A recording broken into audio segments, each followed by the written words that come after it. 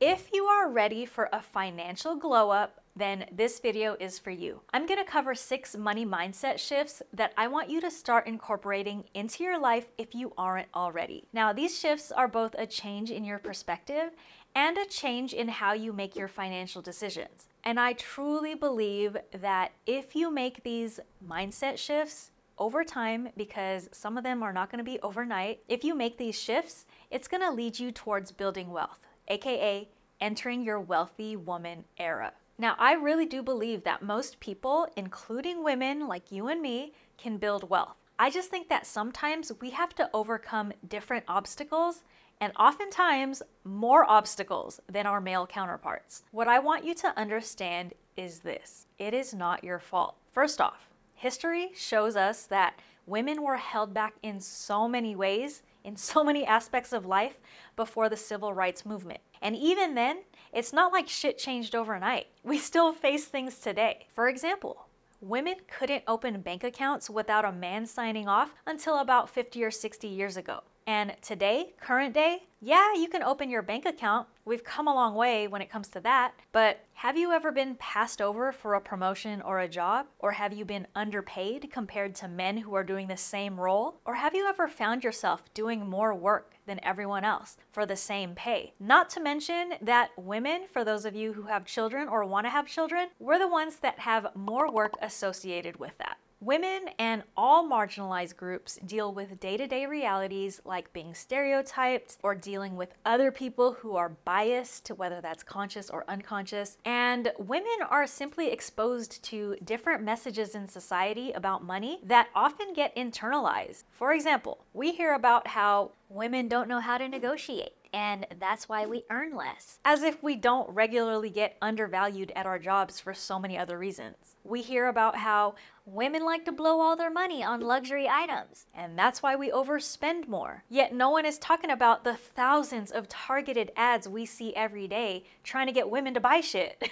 And then we hear how women aren't good with finance, and that's why we're bad with money. But how about you teach it better, or just teach it to begin with? So all of these negative messages have the potential to do damage to our finances, our financial health. And when our financial health is damaged, we can't build wealth. Without wealth, we have less options, less security, less access, less everything in life, and that's just a lower quality of life. Now, despite all of this bullshit that makes it hard to thrive, especially as a woman, please know that you do have control over your own financial decisions, whether you believe it or not, or whether it feels like it or not. Sometimes it's a matter of shifting your perspective, which, like I said earlier, it could take some time, but the key is that you get started. So let's jump into this list of 6 money mindset shifts that are gonna help you get into your wealthy woman era. Number 1, shifting from a consumer mindset to an investor mindset. Now, another way to look at this is, instead of thinking short term, think long term. Instead of only being focused on your current wants and needs, you want to expand that to include your future needs. Now, from a financial perspective, from a logistical perspective, this means that you have to get your current financial situation in order. At the end of the day, what's most important is that you have your survival needs met, right? You have a roof over your head, food to eat, and all of the basic necessities you need in life. When we start talking about shifting from a consumer mindset to an investor mindset, what we're really talking about is your discretionary spend. So extra money that you have, the money that you use to help shape your lifestyle, right? What car do you buy, where you live, what apartment or house you live in, how many times you go shopping, how much you go out to eat. All of these things are your decisions, and I'm not saying to not do any of them because you have to live life. But shifting from a consumer to an investor mindset means you are finding that balance between funding your current lifestyle in a way that brings you joy, that brings you value, while also thinking about your future. And that means saving and investing. The more you can get into the habit of living within your means and using that extra money towards your larger savings goals and then using all that other extra money towards investing, this is going to help you build that financial foundation and set up everything you need in order to build wealth. So I know I'm talking about a lot of logistical things to do with your finances, but we are still talking about a mindset shift here. This means that you have to shift from a consumer mindset and thinking about all the things you want to buy to shape your current lifestyle and expand that. Not replace that, but expand that to include your future lifestyle. You don't want to just think about right now. You want to think about both right now and the future. Because the more you think about the future, guess what? The more you'll be able to elevate your lifestyle later on. So there is an element of delayed gratification here. All right, money mindset shift number 2, instead of waiting for things to happen, being proactive and intentional. So there are a lot of ways that being proactive and intentional can help you towards getting into your wealthy woman era and really building wealth to where you are at a point of financial security. For example, instead of waiting to see if you are going to get a raise next year, maybe you go and ask for one. Set up that meeting with your manager, go ask for one, and be proactive about it. Figure out what it takes to get that raise and start doing those things. Maybe instead of waiting to see if you'll get promoted at a job that doesn't seem like it's moving anywhere, you start looking for other jobs even before you want to leave your current company. And then for you entrepreneurs out there, maybe instead of sitting on a whole list of a bunch of dope ideas, you start spending some time working on your ideas. This could be 1 or 2 hours a week developing this idea into maybe a side hustle or a business. Now, in reality, we always have a bunch of reasons, I won't call them excuses, but we have reasons why we can't be proactive and intentional. Sometimes we might say we're too tired to be proactive and intentional about things. Maybe we don't have enough time to be proactive and intentional about things. Or maybe we have a fear that stops us from being proactive and intentional about doing these things. What I would challenge you to do is, instead of letting those things block you, the mindset shift is really being intentional about clearing those blockers. So if you have a fear about asking for a raise or starting a business, then maybe dig into what is causing that fear. Try to get some support from friends or family, or maybe a therapist, or maybe read books about fear or about business. Anything that might unblock that fear. If you don't have enough time, what is it that's taking up all of your time? Is there anything you can outsource? And if you're too tired, maybe you don't have enough energy. Can we figure out a better sleep schedule and ways to get rest? What are those things that need to happen to get you more energy? So this is why a lot of these things can't happen overnight, because not only do you have to shift your perspective about it, but you have to start putting things in motion. But you can't put things in motion until you change your perspective and start that mindset shift. All right, mindset shift number 3 to help you get into your wealthy woman era is, instead of caring so much about what others think, you want to start thinking about what makes sense for you.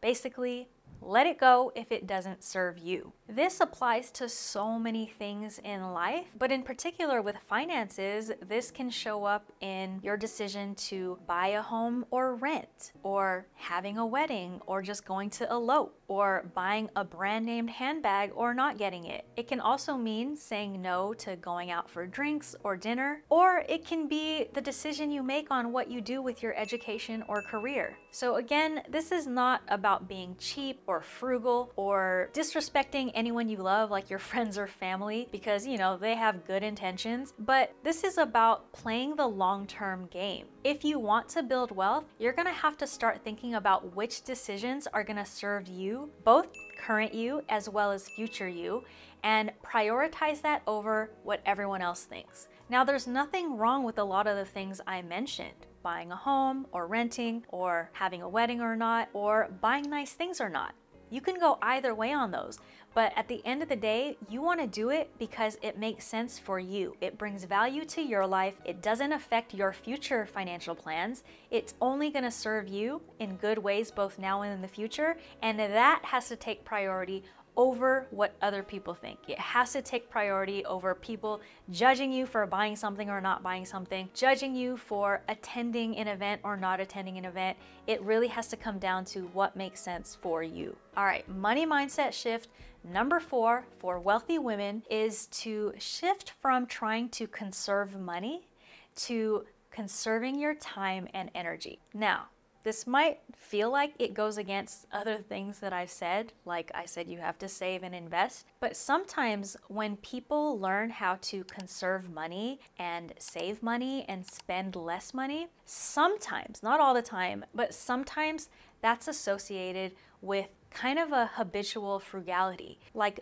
being cheap above all else, like wanting to buy the cheapest version of cleaning products or buying the cheapest groceries out there or going to drive 30 minutes to go pick up your takeout order instead of paying that delivery fee. So there's no right or wrong answer here, but the mindset shift is instead of just focusing 100% all the time on how to conserve your money and how to save your money, I want you to shift to prioritizing your time and energy as well. So what can this look like?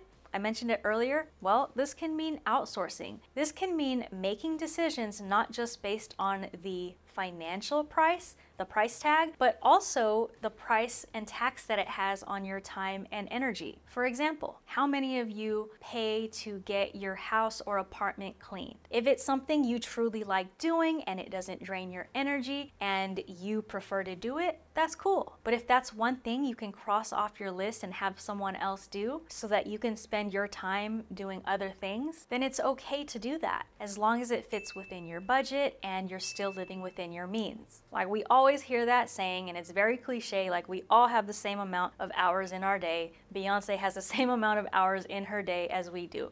And yeah, that's true, but right, she has a lot of other resources. She has money, so she can outsource a lot of other things. She can outsource things so that she can focus on her creative process or relaxing and getting rest. So if you want to step into your wealthy women era, this is probably one of my biggest mindset shifts that I've had to make over the last 5 years or so, is really valuing my time and energy as much as, if not more than, my money. It always has to be a balance. You have to get your financial house in order first, but don't be afraid to spend money if it means you are saving time and energy. All right, we have 2 more money mindset shifts on this list.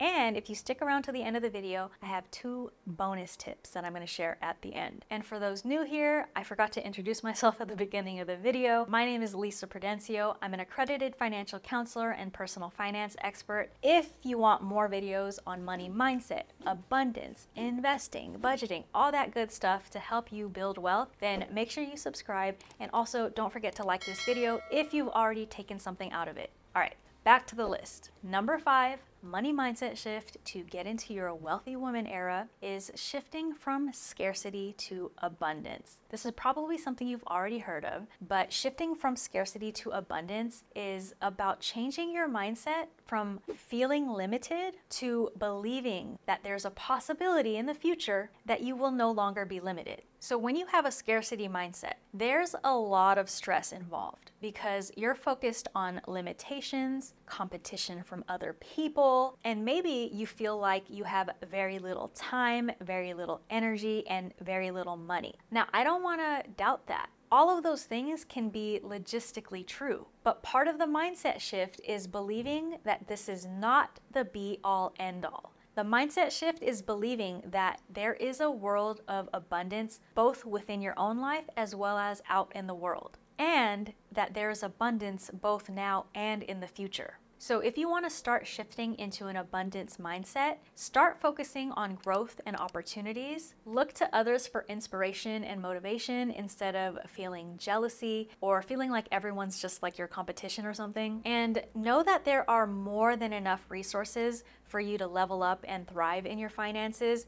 You just have to find the right ones, and when you find them, utilize them. Now, a quick note about shifting from a scarcity mindset to an abundance mindset. This is not going to happen overnight if this is something that you have to work on, because you have to think about the messages we get as children from our parents growing up into adulthood. Those are all messages that feed into our mindset. So if you have more of a scarcity mindset than an abundant one, that comes from somewhere. We have to validate that and acknowledge that and allow ourselves to move from that. And all of those things, they just simply don't happen overnight.